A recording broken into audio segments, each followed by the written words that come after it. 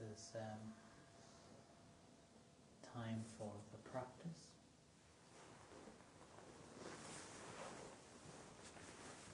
We have just finished our evening chores, recitation,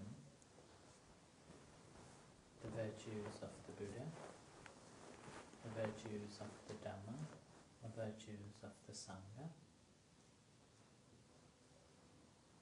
And also we have purified that if any unwholesome things that we may have done towards the Buddha, Dhamma and the Sangha,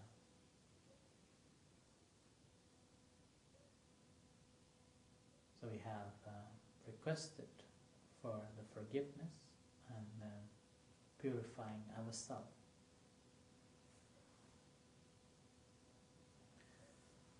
So we offer ourselves to the Triple Gem, the Buddha, Dhamma, Sangha, and all the teachers for the guidance on our practice.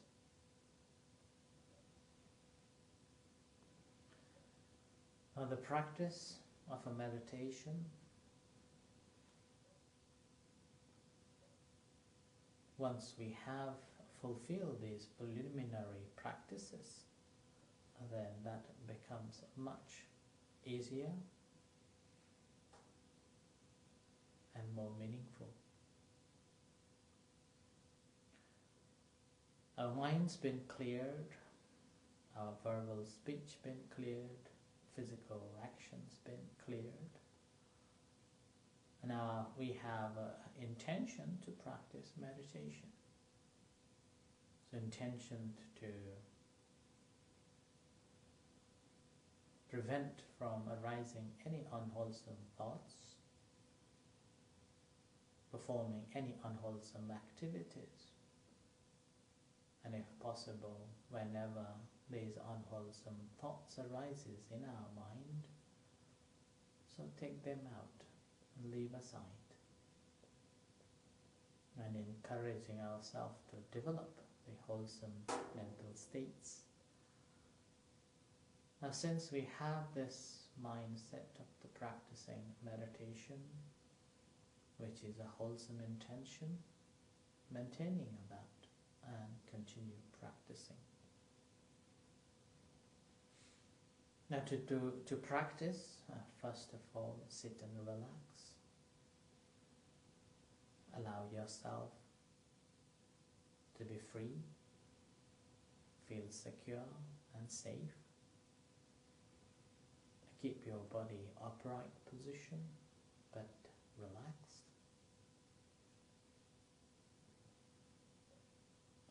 Let your hands also rest gently on your lap or on your knees.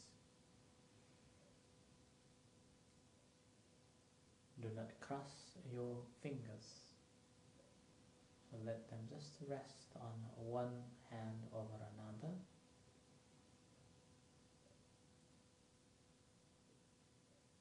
So gently you may wiggle around or just a change of posture to find a comfortable position. And gently close your eyes and take a few moments of observing your sitting body. How am I sitting? Is it comfortable or not?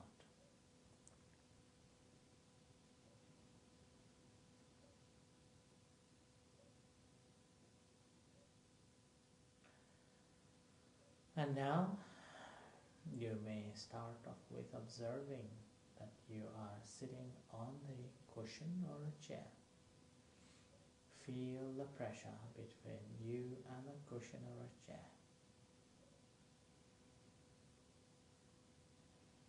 And resting on it. Feel the tension between the body and the cushion or a chair.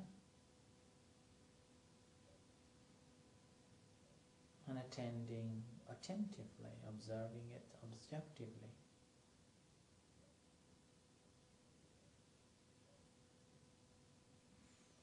expanding that awareness of this pressure. With that pressure you may feel some warmness or some heat. So expanding that warmness or heat to entire your body. And observing any unusual sensations that you can observe in your body.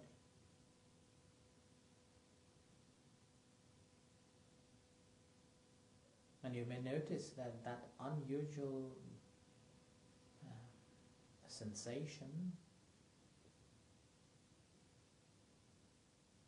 oftentimes or mostly relate to the breath. So there is this constant sensation of a movement taking place along with the rhythm of your breathing.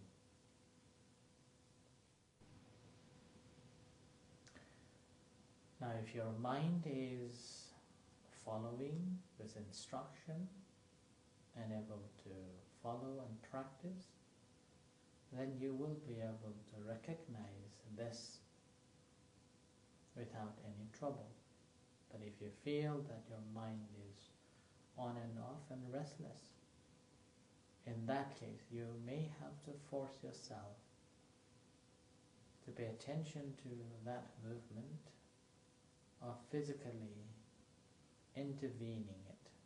You may put your hand on your lap, on your belly, or take a long deep breath to feel that. Once you have recognized, then you just leave them alone. You're simply observing them as they truly are. So this feeling of the breath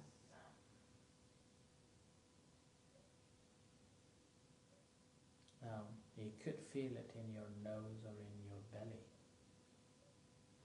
Suppose if it's in your nostrils, begin to recognize the cool or the warmness of the breath coming in and going out as it touches the nostrils.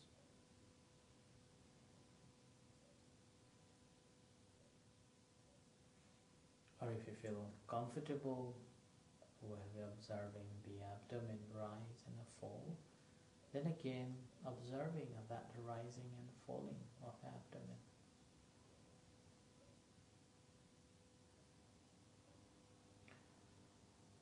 Consciously setting this object as the primary object, a home base that you intentionally selected it as the place that you will be spending much more time observing it.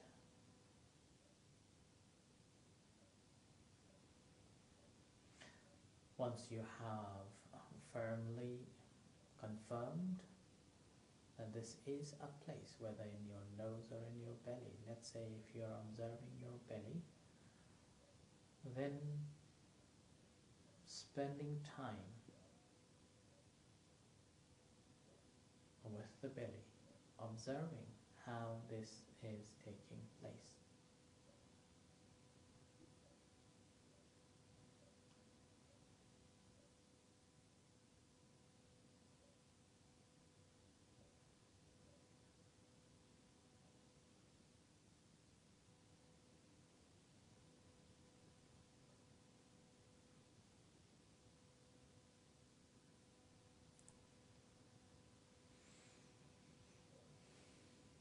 And each breath that you take, each rise that you feel in your belly, allow yourself to relax and aware of this movement, the sensation that is taking place due to the breath coming in and going out.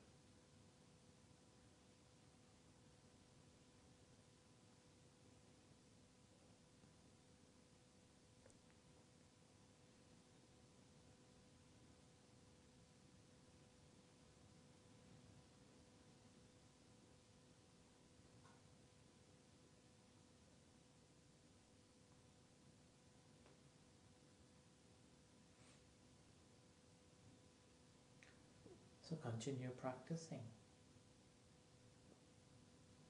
with the primary object, the breath. Sorry.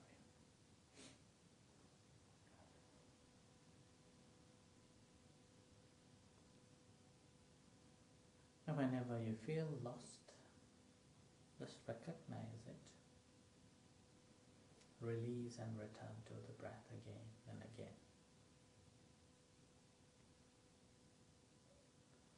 So continue practicing like this.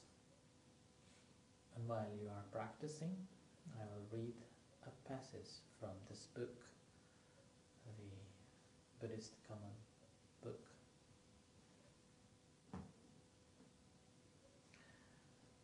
So this particular chapter is about the praise of the Buddha.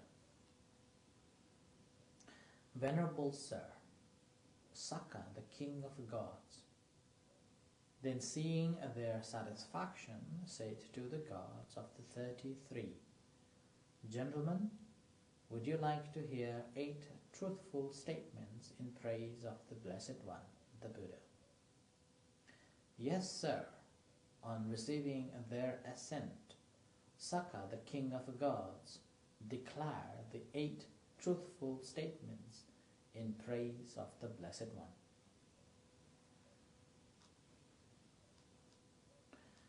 Gods of the 33, what do you think? As regard the way in which the Blessed One, the Buddha, has striven for the welfare of many, for the happiness of many, out of compassion for the world, for the welfare and happiness of gods and humans, we can find no teacher endowed with such qualities, whether we consider the past or the present, or other than the Blessed One. Well proclaimed by the Blessed One is the Dhamma, directly visible, not delayed, inviting investigation, applicable and onward leading, to be individually understood by the wise, and we can find no proclaimer of such an onward and leading Dhamma, either in the past or in the present, other than the Blessed One, the Buddha.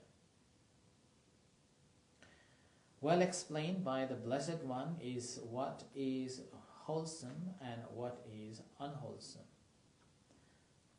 what is blameworthy and what is blameless, what is to be followed and what is not to be followed, what is low and what is excellent, what is dark, bright, and mixed in equality, and we can find none, one who is proclaimer of such things either in the past or in the future, other than the Blessed One, the Buddha.